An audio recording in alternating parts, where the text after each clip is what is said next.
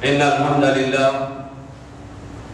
الحمد لله نحمده ونستعينه ونستغفره ونؤمن به ونتوكل عليه ونعوذ بالله من شرور أنفسنا ومن سيئات أعمالنا من يهده الله فلا مضل له ومن يضلل فلا هادي له وأشهد أن لا إله إلا الله وحده لا شريك له وأشهد أن محمدا عبده ورسوله يا أيها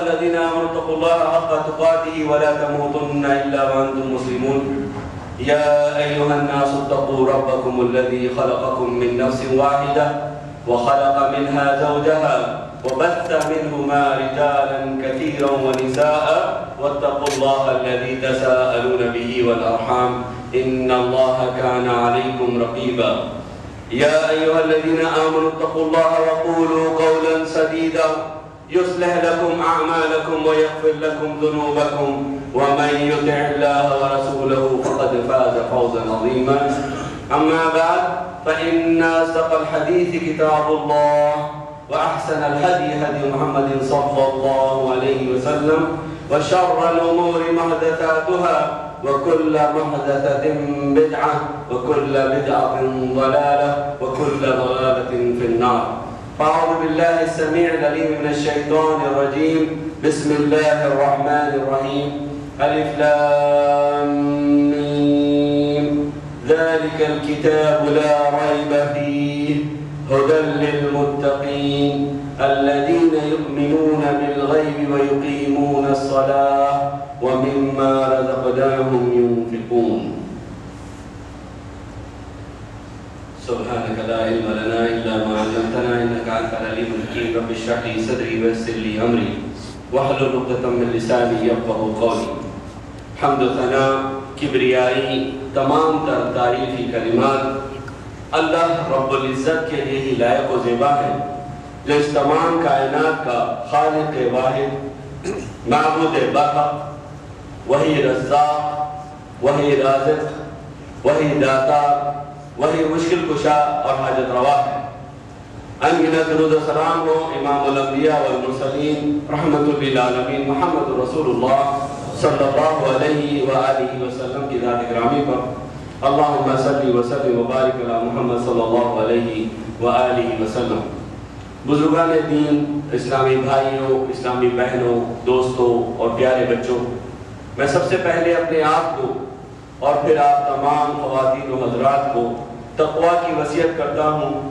کیونکہ تقوی شعار المؤمنین ہے تقوی ہم سب سے مطلوب ہے اور متقین کے لیے ہی جنات اور باغات ہیں اللہ تبارک و تعالیٰ کا ارشاد ہے یا ایہا الذین آمنوا اتقوا اللہ ولتنظر نفس ما قدمت لغد واتقوا اللہ ان اللہ خبیر بما تعملون اللہ تبارک و تعالیٰ سورۃ الحشر آیت نمبر 18 میں فرماتے ہیں اے ایمان والو اللہ کا تقوی اختیار کرو اور تقوی کیا چیز ہے تقوی کی مختلف تعریفیں کی گئی ہیں مختصر سی تعریف یہ ہے کہ جو احکامات اللہ تبارک و تعالیٰ نے دے دیے ہیں جو اوامر اللہ نے فرما دیے ہیں ان کو پوری طرح سے ان کی پابجائی کرنا ان کی اطاعت و فرمانبرداری کرنا اور ان کو مکمل کرنے کی کوشش کرتے رہنا اور جن چیزوں سے اللہ تعالیٰ نے منع فرما دیا ہے جتنے نواہی ہیں ان سب سے بچنا یہ تقوی ہے اور اللہ سے دعا کرتے ہیں اللہ تعالیٰ تقوی ہمارے اندر پیدا فرما دے پھر اللہ تعالیٰ فرماتے ہیں وَلْتَنْظُرْ نَفْسٌ مَا قَدَّمَتْ لِغَدٍ اور ہر شخص اپنے طور پہ دیکھ بھال لے کہ آنے والے کل یعنی قیامت کے دن کے لیے آگے کیا پیش کر رہا ہے پھر اللہ تعالیٰ فرماتے ہیں وَاتَّقُوا اللَّهَ پھر اللہ سے ڈرو إِنَّ اللَّهَ خَبِيرٌ بِمَا تَعْمَلُونَ آپ جو کچھ کرتے ہو جو کچھ کر رہے ہو یا جو کچھ کر گزرے ہو جو کچھ کرنے والے ہو ان سب سے اللہ تعالیٰ باخبر کوئی چیز اللہ سے چھپی نہیں اللہ تعالیٰ عالم الغیب والشہادہ اللہ تبارک و تعالیٰ آج کا ہمارا موضوع بھی غیب پر ہے ایمان بالغیب اور ایمان بالغیب میرے بھائی ہر مومن کے لیے شرط ہے ایمان کی شرائط میں سے یہ ایک اہم شرط ہے ایمان کے ارکان میں سے ایک بہت بڑا رکن ہے، اور ایمان بالغیب کے بغیر ایمان مکمل نہیں ہو سکتا۔ ایمان بالغیب اللہ تبارک و تعالیٰ فرماتے ہیں الف لام میم ذالک الکتاب لا ریب فیہ۔ الف لام میم یہ جو حروف مقطعات قرآن حکیم میں آئے ہیں، کہیں الف لام میم، کہیں الف لام را، کہیں جو ہے یاسین اور وغیرہ وغیرہ، یہ ان کو حروف مقطعات کہتے ہیں۔ ان کا کوئی معنی اللہ اور اس کے رسول نے ہمیں نہیں بتایا۔ بعد کے لوگوں نے بڑی کوششیں کی ان کے معنی اور مفہوم کو بتانے کے لیے، لیکن ان کا معنی اور ترجمہ نہیں بتایا گیا، اس لیے یہاں ہم بھی خاموش ہیں۔ آگے اللہ تعالیٰ فرماتے ہیں ذالک الکتاب لا ریب فیہ، یہ وہ کتاب ہے جس کے اندر کوئی شک نہیں۔ کس بات میں؟ کہ یہ اللہ رب العالمین کی طرف سے نازل کردہ کتاب، اور کس بات میں؟ لا ریب فیہ ھدی للمتقین، یہ ہدایت کے لیے آئی ہے، اس میں بھی کوئی شک نہیں ہے۔ لیکن آگے ایک چھوٹی سی شرط ہے، آگے ایک چھوٹی سی شرط ہے، یہ شرط ہے للمتقین، تقوی اختیار کرنے والوں کے لیے، ان کے لیے نہیں کہ قرآن کو اپنی طرح سے ڈھالیں، قرآن کو اپنی مرضی سے ڈھالنے والوں کے لیے نہیں، قرآن کے مطابق اپنے آپ کو ڈھالنے والوں کے لیے، متقین کے لیے، جو قرآن کو اپنے طور پہ سمجھنا چاہتے ہیں، اپنے باپ دادا کے طور پہ سمجھنا چاہتے ہیں، اپنے لوگوں کے طور پہ سمجھنا چاہتے ہیں، ان کو ہدایت نہیں دیتی۔ یہی وجہ ہے کہ آج 1400 سال ہو گئے جب اللہ دعویٰ کر رہا ہے کہ ہدایت ہونی چاہیے، یہ ہدایت دینے کے لیے کتاب آئی ہے، کیوں اتنے لوگ ہدایت پر نہیں ہیں؟ جو کلمہ گو ہے وہ بھی کہیں جو ہے بھٹکے ہوئے کیوں ہیں؟ اس کی وجہ کیا ہے کہ ہم جو ہے قرآن کو قرآن کی طرح سمجھنا نہیں چاہتے، ہم قرآن کو اللہ اور رسول کے منشا کے مطابق سمجھنا نہیں چاہتے، اس طرح سے سمجھنا نہیں چاہتے جیسے صحابہ کرام نے سمجھا اور عمل کیا۔ ہم چاہتے ہیں کہ ہمارے خاندان میں کیسے چلتا آیا ہے وہ چلتا رہے قرآن کے مطابق، اب وہ ہمیشہ چلتا رہے گا، پھر ہدایت نہیں ملے گی۔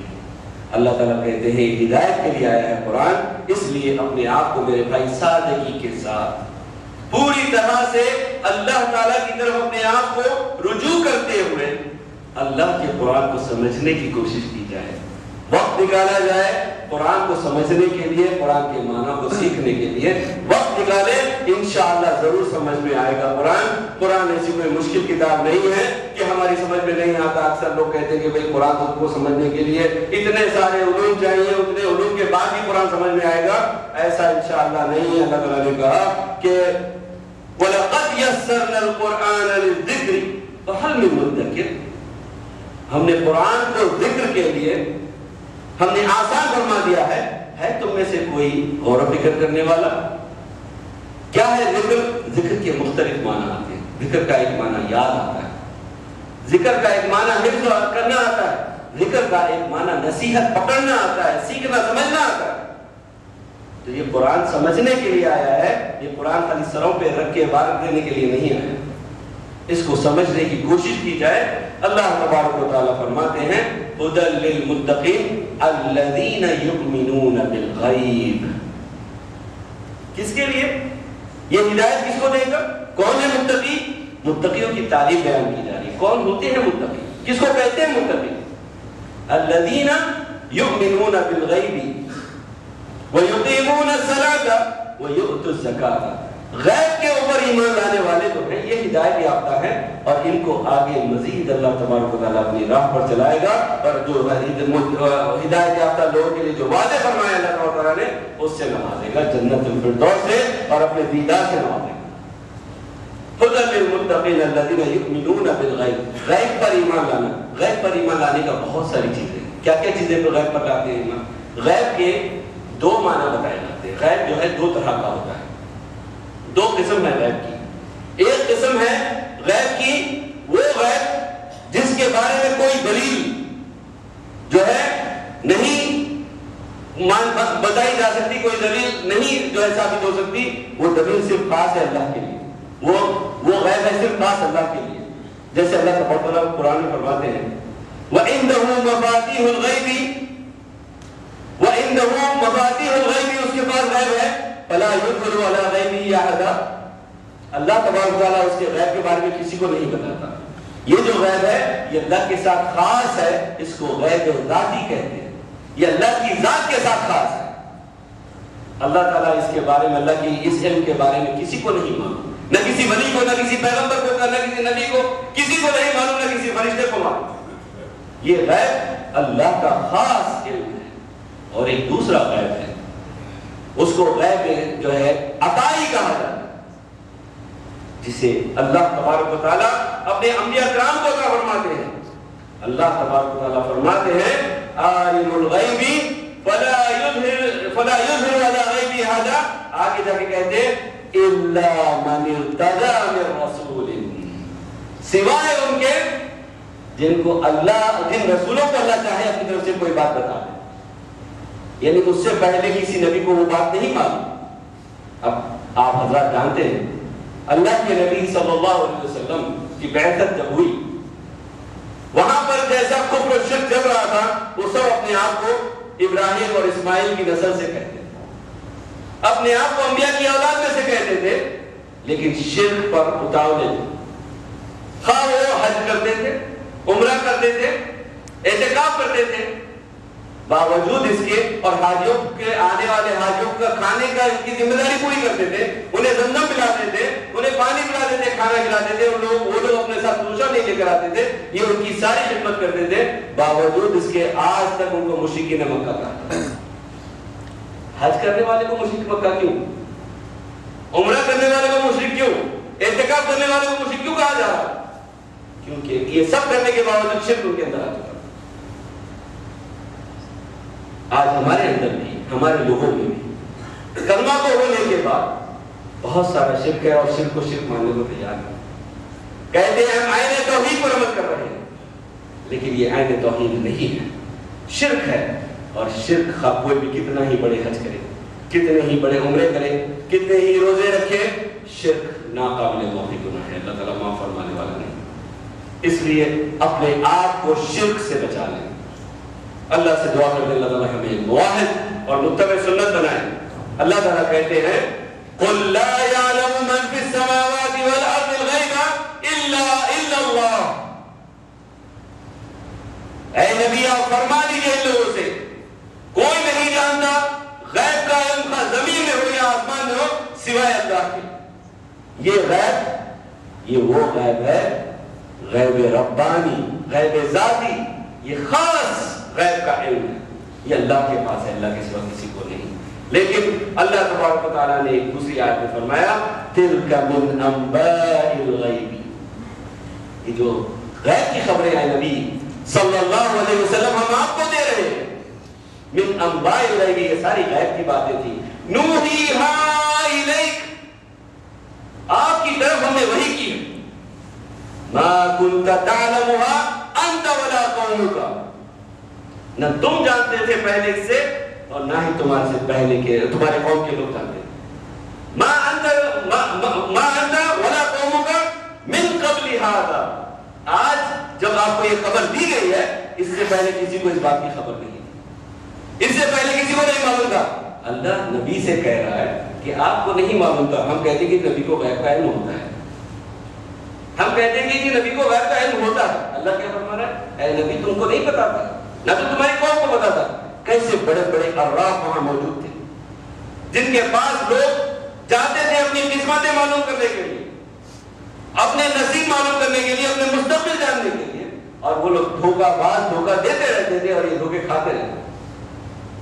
آج بھی یہی ہو رہا ہے، ایک شخص پرندے کا تو جو ہے پنجرا اٹھائے کر رہا ہے، اس کے اندر پتے رکھے ہوئے ہیں، اور وہ پرندے وہ لے کے خود کو دیکھو، اس کو مہینوں سے سالوں سے نہیں نہایا، گندا، کتنے اس کے گندے بال، کتنا گندا، اس کے پاس جا کے جی ہماری قسمت بتائیے، ہمارا مستقبل بتائیے، اور وہ کیا کرتا ہے، وہ آنے والے شخص کو دیکھتا ہے، یہ مسلم ہے کیا غیر مسلم، مسلمان ہے تو مسلمان کے انداز کی بات کرے گا، ہندو ہے تو ہندو کے انداز کی بات کرے گا، کرسچن ہے تو کرسچن کے انداز کی بات کرے گا۔ اس کو پتا ہے کہ مسلمان کے کیا جو ہے احساسات ہے، کیا نفسیات ہے، اس طرح کی گفتگو کرنے میں مسلمان خوش ہوگا۔ کیا کرے گا، بتائے گا جی آپ کی تو نصیب بہت اچھی ہے، آپ تو چند دنوں میں مالا مال ہونے والے، اور آپ تو فلاں ہونے والے، آپ تو حج پہ جانے والے، آپ تو عمرہ کرنے والے، آپ تو فلاں کرنے والے. پتہ چلا 20 سال تک وہ حج پہ جائیں گے. اور الگ الگ طرح کے لوگ ہیں. اللہ تعالیٰ کے علاوہ میرے بھائی غیب کا علم کوئی نہیں جانتا، کوئی نہیں جانتا سوائے اللہ تعالیٰ جن کو جو علم دیتے، جو باتیں غیب کی تھی. آدم علیہ السلام کی تخلیق اللہ نے نبی کو پورے بتایا.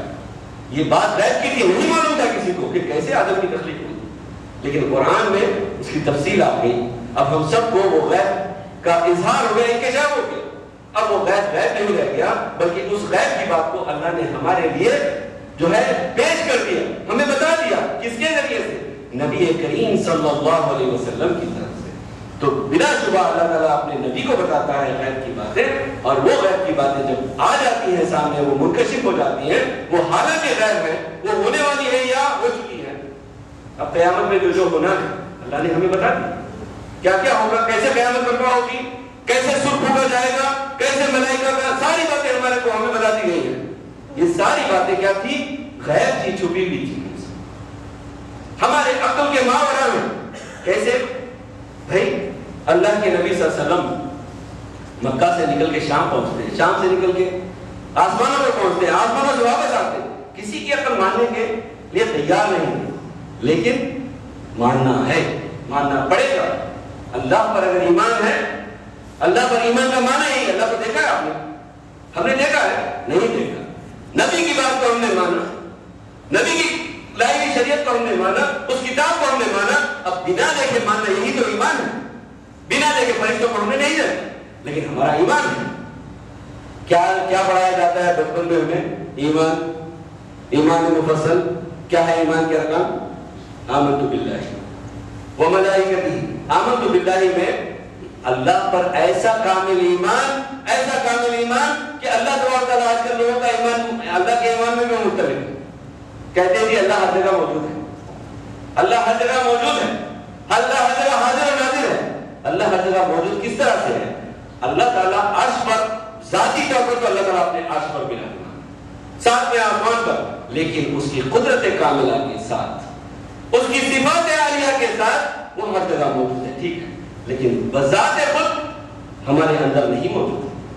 لیکن ہر کوئی کیا کہتا ہے؟ مسلمان ہے، لیکن بڑا جھگڑا کرتا ہے، بحث کرتا ہے، لڑتا ہے کہ اللہ ہمارے اندر ہے، ہر جانور کے اندر ہے، ہر چیز کے اندر ہے، ہر شے کے اندر ہے. وحدت الوجود کے جتنے لوگ قائل ہیں، یہ جو ہے اس بات کا عقیدہ لوگوں میں گھساتے ہیں کہ، اور پھر کیسے اس کی تفسیر کرتے ہیں؟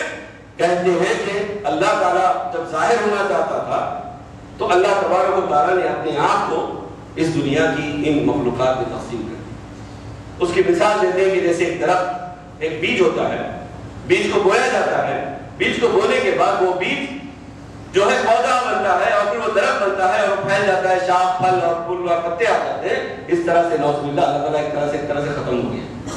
اب کیا ہے؟ ان کے اندر مکس ہو گیا؟ نہیں.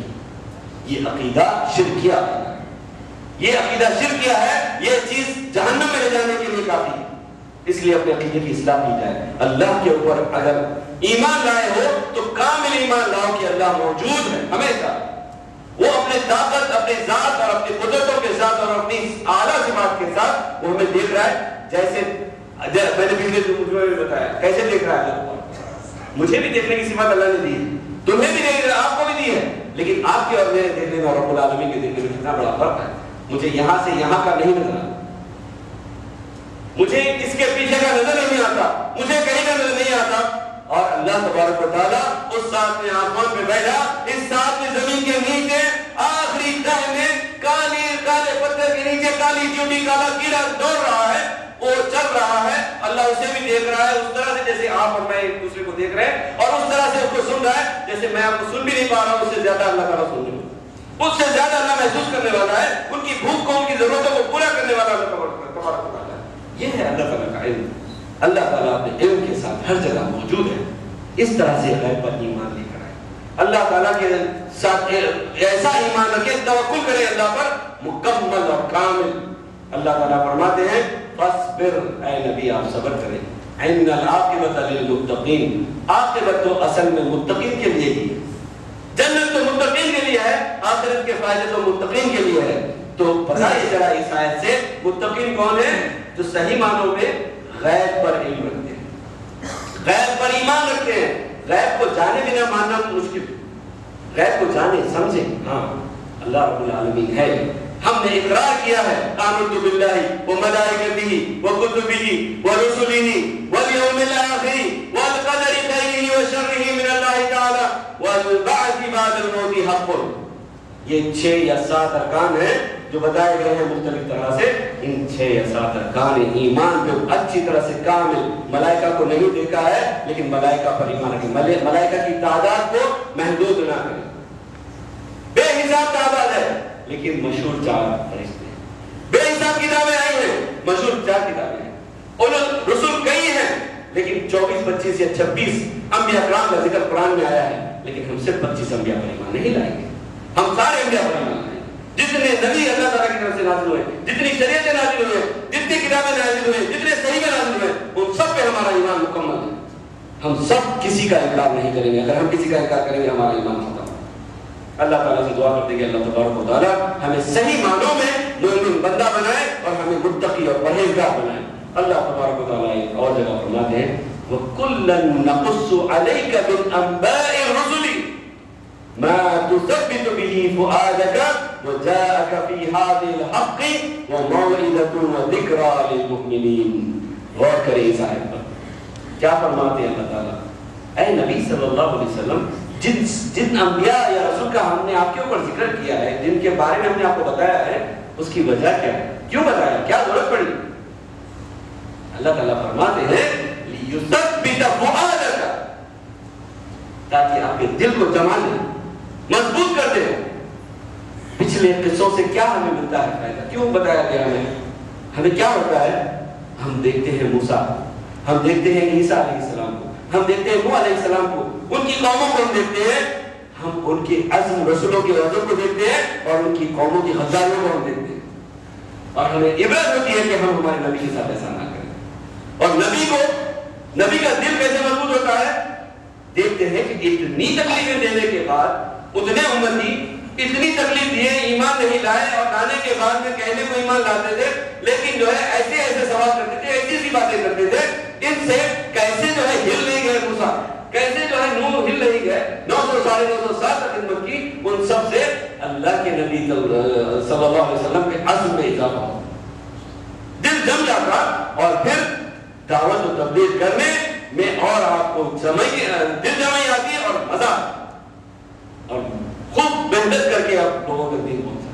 اور ہمارے لیے بھی وہ آسان ہے، وہی انبیاء کے قصے، وہی جو ہے امتوں کے قصے پڑھ کے سن کے ہم بھی جو ہے اپنے دین کو یہاں پر محدود نہ کریں، بلکہ اللہ کے نبی صلی اللہ علیہ وسلم کی جو شریعت نازل ہوئی ہے، جو قرآن نازل ہوا ہے، اسے خوب سیکھیں اور لوگوں تک پہنچائیں، تاکہ آج قیامت تک کوئی ایسا کہنے والا نہ ہو کہ ہم تک دین نہیں پہنچا، ہمیں بتایا نہیں گیا قرآن کیا ہے، حدیث کیا ہے، ہمیں نہیں معلوم تھا. آج کتنے لوگ ہیں، بعض وقت ہم لوگوں سے ملتے ہیں، ملاقات ہوتی تو پتہ چلتا ہے اسے کچھ بھی نہیں معلوم، اگر بتا دیا جاتا تو شاید وہ سب سے پہلے مسلمان ہوتا. آج بھی ایسے لوگ موجود ہیں ہمارے اطراف و اپناف میں، ہمارے کاروبار اور ہمارے آفیسز میں ایسے لوگ ملتے ہیں جن سے ہم بات کرتے ہیں تو بڑی غور سے سنتے ہیں، سمجھنا چاہتے ہیں، لیکن ہمارے اندر کیا، ہمیں اپنی کرسی کی فکر ہے.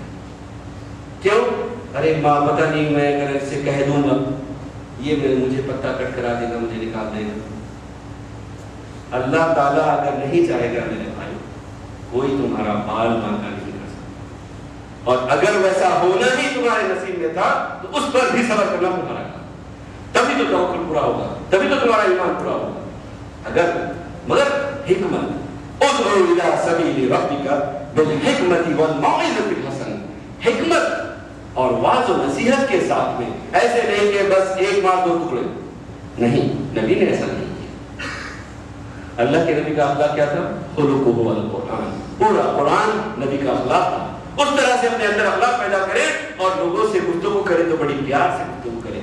قولوا للناس حسنا، لوگوں سے اچھی بات کرو، پیاری بات کرو، لوگوں کو تنگ کرنے والی بات نہ کرو. ٹھیک ہے اسے برا لگتا ہے لیکن ادب کے ساتھ بات بتاؤ آپ کہ بھائی کیا شرک کیا ہے، آخر ہے کیا چیز، توحید کیا ہے، توحید کی اقسام بتاؤ. سب سے پہلے شرک، توحید اور شرک کے فرق کو لوگوں کو سمجھاؤ. جب جا کے اگر وہ اس کو ماننے پہ تیار ہوتا ہے تو نمازوں کی بات تو بعد میں آئے گی. نماز پہلے پڑھ نہیں ہوئی, 12 سال نماز پڑھ نہیں ہوئی, 13ویں سال جا کے نماز پڑھ ہوتی ہے. کیوں؟ پہلے توحید جو شرک میں اتنے لطف ہیں ان کو پہلے شرک سے نکالے بغیر کیسے جو ہے ان کو نماز سکھائے. اللہ نے بھی نہیں کیا وہ, اور ہم پہلا کام کرتے ہیں کہ نماز پڑھ لو مسلمان ہو جاؤ. نماز ہی پڑھ رہا ہے, صرف بھی جا کے درگاہ میں بھی سجدہ کر رہا ہے اور چادریں چڑھا رہا ہے اور تعویذ بنا رہا ہے. کیوں؟ اس نے سمجھا نہیں شرک کیا ہے, توحید کیا ہے. اگر ایسا شرک اور ایسے مسلمان ہونا تھا تو شاید بہت سارے وہ جو ہے ابو جہل اور ابو لہب بھی ہو جاتے ہیں. ان کو پتا تھا کہ توحید کا معنی کیا ہے. میں اپنے باپ دادا کے دین کو کلی طور پہ چھوڑنا پڑے گا, باپ دادا کے رسومات کو سب چھوڑنا پڑے گا اور مجھے صرف محمد کی لائی شریعت پر عمل کرنا پڑے گا. اسی لیے وہ لوگ جو ہے مسلمان نہیں ہوئے. اللہ تبارک و تعالیٰ نے سورہ عبس میں ذکر فرمایا فَإِذَا جَاءَتِ السَّاعَةُ. یہ کیا ہے؟ غیب کی باتیں اللہ بتا رہا ہے جو آنے والی ہیں. اب تک جو باتیں ہو رہی تھیں وہ پچھلی جو گزر گئی ان کی باتیں تھیں, اب آگے جو بات آ رہی ہے آنے والی بات. فَإِذَا جَاءَتِ السَّاعَةُ, جب جو ہے کان کو بہرا کرنے والی چیز آ جائے گی. کیا ہے وہ کان کو بہرا کرنے والی چیز؟ قیامت. قیامت کیسے برپا ہوگی پتا ہے؟ اتنی زور کی چیز آئے گی کہ ہر کسی کے کان بہرے ہو رہے ہوں گے. ہر شخص ہر بے ہوش اور نیند میں جو ہے غافل اور جس طرح کا بھی شخص ہوگا وہ اس چیخ کو سن لے گا, اس چیخ سے بیدار ہو جائے گا, اس کے ہوش پاک ہو گئے. قیامت ویسی چیز ہے. فَإِذَا جَاءَتِ السَّاعَةُ, اب قیامت کی خبر دی جا رہی ہے. یہ ہوئی نہیں, ہونے والی ہے, لیکن ہم کو بتا دیا گیا کیسے ہوگی. اب دیکھیے پرچہ ہمارا نکل چکا ہے بھائی, ایگزام آپ کا ہونے والا ہے اور آپ کو کہہ دیا جائے کہ یہ دیکھیے صرف یہ 10 کوسچنز آنے والے ہیں, یہ 10 پیپرز کوسچنز کی آپ تیاری کر کے آ جاؤ. اب ہم بیوقوف ہیں, اگر ہم کو یہ 10 کوسچنز آنے تھے اور ہم پوری کتاب رات میں پڑھتے رہے اور جانے کے بعد میں ہمیں کچھ بھی نہیں آیا, جبکہ 10 سوال ہمارے پاس آؤٹ تھے. اگر ہم وہی یاد کر کے چلے جاتے تو ہمیں جواب ہم دے سکتے تھے, لیکن ہم سارا کچھ پڑھ رہے ہیں لیکن ہمیں نہیں معلوم کہاں سے پڑھنا ہے. وہی جواب نہیں پڑھے تو سامنے تھے. تو یہی معاملہ ہے, ہمارے سامنے قیامت کیسے ہوگی, حساب کتاب کیسے ہوگا, ہر چیز کا پرچہ آؤٹ ہے. لیکن ہم نہ احمق ہیں کہ ہمیں تیاری کرنے کی ضرورت نہیں ہے, ہم غافل ہیں, غفلتوں میں پڑے ہوئے. فَإِذَا جَاءَتِ السَّاعَةُ يَوْمَ يَفِرُّ الْمَرْءُ مِنْ أَخِيهِ وَأُمِّهِ وَأَبِيهِ وَصَاحِبَتِهِ وَبَنِيهِ لِكُلِّ امْرِئٍ مِّنْهُمْ. اللہ تعالیٰ کہتے ہیں مِنْهُمْ يَوْمَئِذٍ شَأْنٌ يُغْنِيهِ. کہتے ہیں اللہ تبارک و تعالیٰ وہ دن جو قیامت کا دن ہے, جس دن سب کے کان بہرے ہوں گے ان کی چیخوں سے, قیامت کی چیخ سے, اور سب لوگ بھاگ رہے ہوں گے ایک دوسرے سے. باپ بیٹے سے, بیٹا باپ سے, بیٹا ماں سے, ماں بیٹے سے. ماں یہاں پر اگر بیٹے کو تھوڑی سی دھوپ لگتی تو ماں چلا اٹھتی تھی. ماں جو ہے بچے کے کو باہر دھوپ میں ٹھہرنا برداشت نہیں کرتی تھی, اس کے لیے اپنی جان دینے کے لیے تیار ہوتی تھی. وہاں ماں بھاگ رہی اور ماں سے بیٹا بھاگ رہا ہے. وہاں پر باپ بیٹے سے بھاگ رہا ہے, باپ یہاں بیٹے کے لیے اپنی جان دینے کے لیے تیار ہے. اپنے آپ کو سودی قرضوں میں ملوث کر رہا ہے اولاد کی خاطر, اپنے آپ کو کیسی کیسی مصیبتیں اٹھا رہا ہے کہ میرے بیٹے, میری اولاد اچھی ہو جائے, میری اولاد پڑھ لے, میں تباہ ہو جاؤں, برباد ہو رہا ہے, جیلوں میں جا رہا ہے. لیکن وہاں پر دیکھے گا بیٹا آ رہا ہے, بھاگ جائے گا. دیکھے گا کہ بیٹے کو ضرورت ہے میری, بھاگ جائے گا. اور اگر باپ کو ضرورت ہوگی, بیٹا بہت دیکھ رہا ہوگا, باپ کو دیکھے گا, اب اس کو سارے احسانات بھول جائے, بھاگے گا وہاں سے. یہ کیسی قیامت ہے, کیسا وقت ہے. اس وقت کے آنے سے پہلے اپنے آپ کو تیار کر لیں. قُوْ أَنفُسَكُمْ وَأَهْلِكُمْ نَارًا, اپنے آپ کو اور اپنے جو ہے اہل و عیال کو جہنم کی آگ سے بچاؤ. تم بھی نیک, تم بھی صالح, تمہاری اولاد بھی صالح, تم بھی واحد اور متبع سنت, تمہاری اولاد بھی متبع سنت. پھر انشاءاللہ یہ وہ موقع دیکھنے کی ضرورت نہیں پڑے گی, اور سب انشاءاللہ اللہ تعالیٰ کے حکم سے اللہ تبارک و تعالیٰ ہو سکتا ہے بنا حساب کتاب کی یوں ہی جنت میں داخل کرنا. اللہ تعالیٰ اس سے ہم دعا فرماتے ہیں کہ اللہ تعالیٰ یہ سب جو ہے ہم سب کو بھی اللہ تعالیٰ ایسا نصیب ہمیں عطا فرمائے. اللہ تبارک و تعالیٰ ہمیں جو ہے غیب پر اور پوری طرح سے اللہ کی تمام کتابوں اور رسولوں پر صحیح طرح سے ایمان لانے والا بنائے. اقول قولی ھذا واستغفر اللہ لی ولکم ولسائر المسلمین فاستغفروہ انہ ھو الغفور الرحیم.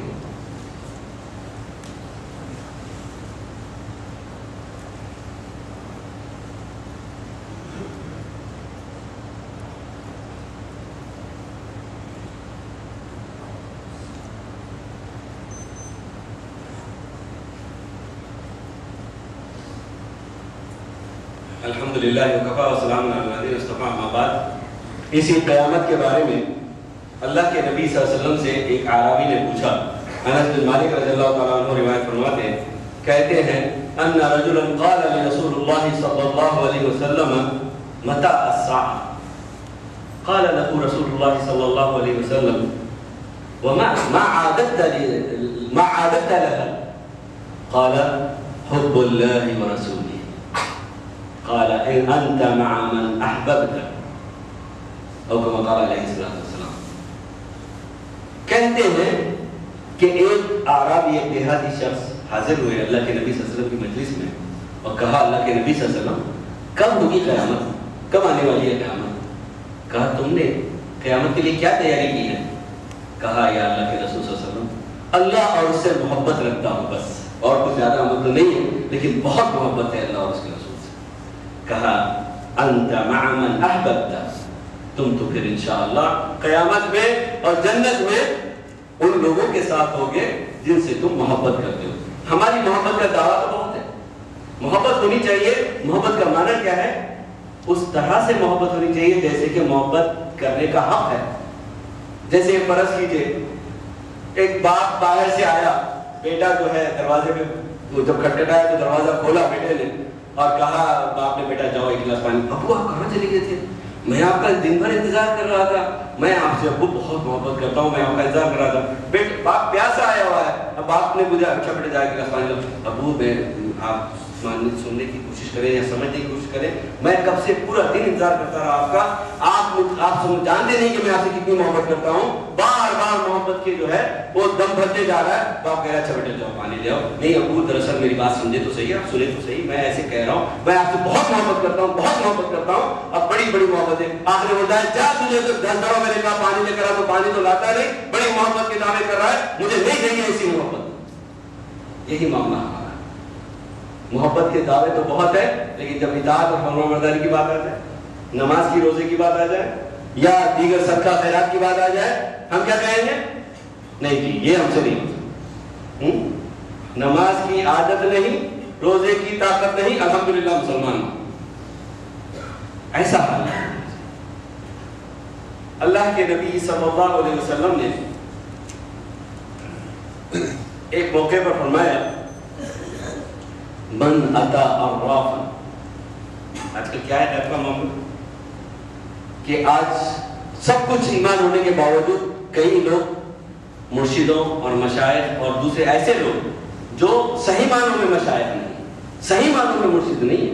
اچھا مرشد جو ہوگا، صحیح مرشد جو ہوگا کیا کرے گا؟ صرف اللہ اور اس کے رسول کی دعوت دے گا، قرآن اور سنت کی دعوت دے گا، اس کے علاوہ سارے کیا کریں گے؟ اجی نماز پڑھنے کی ضرورت نہیں، ہمارے مرید بن جاؤ ہم چھڑوا لیں گے۔ خود کو کون چھڑوائے گا؟ تم کو کون چھڑوائے گا؟ وہ پتہ ہی نہیں، ہم چھڑوا لیں گے، ہمارے مرید بن جاؤ۔ اور ایسے 50 ہزاروں کے جو ہے مرید بنا چکے اور پھر بنا رہے ہیں اور تعویذیں کھول کے دیکھیں، جس کے گلے میں جس کے ہاتھ میں تعویذ ہوگی اس کے اندر کیا ہے؟ یا تو اکثر گٹکا پڑا ہوا ہے، ہم نے کھولا، اور کسی کے اندر مچھلی کا کانٹا پڑا ہوا ہے، اور کسی کے اندر اوم لکھا ہوا ہے، مسلمان پہنا ہوا ہے اور اوم لکھا ہوا ہے۔ اوم جو بھگوان ہندو لوگوں کا مانتے کہ یہ سب سے اوپر والا بھگوان ہے اوم، اور یہ اوم جو ہے لکھا ہوا ہے، یا پھر بہت ساری ایسی چیزیں لکھی ہوئی ہے۔ اور مسلمان تعویذ، اللہ کے نبی صلی اللہ علیہ وسلم نے عبداللہ بن عباس رضی اللہ عنہ سے کہا کہ بیٹا کیا میں تجھے بہترین تعویذ نہ بتا دوں؟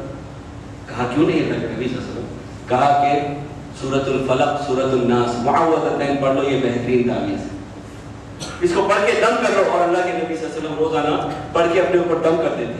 لیکن آج ہمارا کیا معاملہ ہے؟ ذرا سی پریشانی ہو جائے، ذرا سا رکاوٹ آ جائے، بھائی اتنے سال سے محنت کر رہا ہوں، اتنا کر رہا ہوں، اتنی رکاوٹ آ رہی، ضرور کسی نے کچھ کرا دیا، فوراً بھی ڈھونڈنا شروع کر دیا مرشدوں کو، اور جا کے وہاں پر لوگوں سے پوچھ لیا اور اس نے جو بات بتائی اس کی تصدیق کر دی۔ اللہ کے نبی صلی اللہ علیہ وسلم نے فرمایا جو کسی عراف کے پاس آیا اور اس کی بات کی تصدیق کر دی جو اس نے کہا بھائی ہوتا کیا ہے؟ وہ کہتا ہے کہ میں فلاں 10 سال پہلے تمہارے ساتھ یہ واقعہ ہوا تھا، 15 سال پہلے یہ واقعہ ہوا تھا۔ اب یہ کہتے ہیں کہ ہاں جی یہ تو کسی کو نہیں معلوم، اس کو معلوم، بڑی پہنچی ہوئی شخصیت ہے، اور کہتا ہے میرے پاس موکل ہے۔ کیوں اللہ کے نبی نے موکل نہیں رکھے؟ کیوں صحابہ کرام نے موکل نہیں رکھے؟ کیوں جو ہے بزرگان دین نے نہیں رکھے موکل؟ یہ کہاں سے موکل لے کر آئے؟ کوئی بھی جن موکل جس کو یہ کہتے ہیں موکل، کوئی جن بھی کسی کے قبضے میں جب تک نہیں آتا جب تک کہ اس شخص سے شرک نہ کرتا، اس شرک سے بڑی سے بڑا گناہ نہ کروا لے، بڑا سے بڑا قتل نہ کروا لے، جرم نہ کروا لے، وہ کسی کے اندر میں جن نہیں آتا. وہ جن آتا ہے جب شرک کرنے لگتے ہو. اس کے بعد یہ جن کیا کرتا ہے، ان کے 10 باتوں میں سے ایک کام ان کے کر دیتا ہے. تو لوگ کیا سمجھتے ہیں، جا کے کیا کرتا ہے، ہر انسان جو پیدا ہوا ہے اس کے ساتھ ایک جن اور ایک فرشتہ پیدا ہوا ہے. وہ جو جن پیدا ہوا ہے اس کے ساتھ ان کا جن جا کے بات کرتا ہے، آپ کے پورے حالات پوچھتا ہے، پورے حالات پوچھ کے آ کے بولتا ہے کہ ان کے ایک دو ساری باتیں نہیں، ایک دو باتیں وہ بتاتا ہے. وہ بات آپ کو بتا دیتا ہے وہ عرب، اور آپ اس کی تصدیق کر دیتے ہو. اللہ کے نبی صلی اللہ علیہ وسلم نے فرمایا جو اس کی تصدیق کرا اس نے اس چیز کا انکار کیا جو میرے اوپر نازل ہوئی ہے، یعنی قرآن حکیم.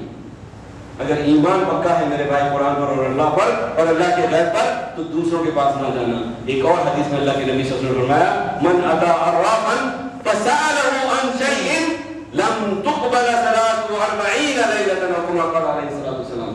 اگر کوئی کسی عراف، کسی کہانت کرنے والے یا کسی اس طرح کی باتیں بتانے والے، غیب کی باتیں بتانے والے کے پاس جائے گا، اس سے کچھ پوچھے گا، خالی تصدیق بھی نہیں کیا، صرف پوچھے گا، اللہ تعالیٰ کہتے ہیں کہ اللہ کے نبی کہتے ہیں 40 دن تک اس کی نماز قبول نہیں. اپنے آپ کو اس برائی سے محفوظ رکھیں اور اللہ تبارک و تعالیٰ پہ کامل اور توکل، کامل یقین اور ایمان رکھیں. اچھی طرح سے اپنی توحید کو سدھار لیں. غیب کے معاملے میں علماء سے بیٹھ کے جاننے اور سیکھنے کی کوشش کریں اور پورے دین کو میرے بھائی سمجھنے کی کوشش کریں، تاکہ یہ نہ ہو وہاں جانے کے بعد ہاں لا ادری لا ادری لا ادری، مجھے تو نہیں معلوم، مجھے تو نہیں معلوم نہیں کہیں. بلکہ انشاءاللہ اللہ تعالیٰ آپ کے اوپر خوب مہربان ہوگا اگر آپ دین سیکھتے رہیں گے. خیرکم من تعلم القرآن وعلمہ، تم میں بہترین لوگ وہ ہیں جو قرآن کو سیکھیں اور قرآن کو سکھائیں. قرآن کو سیکھیں اور عرافوں کے پاس جانے سے اور تعویذ اور گنڈوں کے چکروں میں پڑھنے سے بھول جائیں، رہ جائیں، اور خوب اللہ سے عبادت دعا کرتے رہیں. آپ جہاں بھی رہیں اللہ سے چلتے پھرتے دعا کریں. یونس علیہ السلام نے مچھلی کے پیٹ میں کیسے دعا کی؟ لا الہ الا انت سبحانک انی کنت من الظالمین. کچھ آگے پڑھانا پیچھے پڑھا، لیکن اگر آگے پیچھے تعریف کریں گے اللہ کی اور درود شریف پڑھیں گے، اس کے بعد جتنی دعائیں کریں گے یہ دعائیں جلد سے جلد قبول ہوتی ہے. اللہ کے نبی صلی اللہ علیہ وسلم نے فرمایا جب بھی تم دعا کرنا سب سے پہلے اللہ کی حمد و ثنا بیان کرنا، اس کے بعد مجھ پر درود بھیجنا، اس کے بعد تمہیں جو مانگنا ہے مانگنا، اور پھر حمد و ثنا کر کے ختم کرنا، تاکہ اللہ تعالیٰ ان دعاؤں کو جلد سے جلد قبول کرے. اور پڑھ کے اپنے اوپر دم کرتے رہنا، کوئی تعویذ کی ضرورت نہیں، کوئی ڈنڈی کی ضرورت نہیں، صرف جو ہے اللہ سے پورا توکل کیجئے. ہر مجھ سے نقصان اور فائدے کا جو مالک ہے وہ اللہ رب العالمین ہے، اس کے علاوہ کوئی نہیں. یہ عرواف کے عرفوں کے پاس جانا چھوڑ دیں. اللہ تبارک و تعالیٰ سے دعا ہے جو کچھ کہا ہے سنا گیا ہے سب سے پہلے کہنے والوں کو اس پر عمل کرنے کی توفیق عطا فرمائے، اور پھر تمام سامعین اور جن تک یہ بات پہنچے ان سب کو عمل کی توفیق عطا فرمائے. اللہ تبارک و تعالیٰ کا ارشاد ہے ان اللہ و ملائکتہ یصلون علی النبی یا ایھا الذین آمنوا صلوا علیہ وسلموا تسلیما. اللهم صل علی محمد وعلی آل محمد كما صليت على ابراهيم وعلى ال ابراهيم انك حميد مجيد. اللهم بارك على محمد وعلى ال محمد كما باركت على ابراهيم وعلى ال ابراهيم انك حميد مجيد. وارض اللهم عن الخلفاء الراشدين ابي بكر وعمر وعثمان وعلي. اللهم اغفر للمؤمنين والمؤمنات، اللهم اغفر للمؤمنين والمؤمنات والمسلمين والمسلمات الاحياء منهم والاموات. ربنا لا تؤاخذنا ان نسينا واخطانا، ربنا لا تؤاخذنا إن نسينا واخطأنا، ربنا ولا تحمل علينا إصرا كما حملته على الذين من قبلنا، ربنا ولا تحملنا ما لا طاقة لنا به، واعف عنا واعف عنا واعف عنا واغفر لنا وارحمنا أنت مولانا فانصرنا على القوم الكافرين. ربنا ظلمنا أنفسنا وإن لم تغفر لنا وترحمنا لنكونن من الخاسرين. ربنا ظلمنا أنفسنا وإن لم تغفر لنا وترحمنا لنكونن من الخاسرين. ربنا آتنا في الدنيا حسنة وفي الآخرة حسنة وقنا عذاب النار. ربنا آتنا في الدنيا حسنة وفي الآخرة حسنة وقنا عذاب النار. ربنا تقبل منا انك انت السميع العليم وتب علينا انك انت التواب الرحيم. سبحان ربك رب العزة عما يصفون وسلام على المرسلين الحمد لله رب العالمين. عباد الله رحمكم الله، ان الله يأمركم بالعدل والإحسان وإيتاء ذي القربى وينهى عن الفحشاء والمنكر والبغي يعظكم لعلكم تذكرون. اذكروا الله يذكركم واقيموا الصلاة.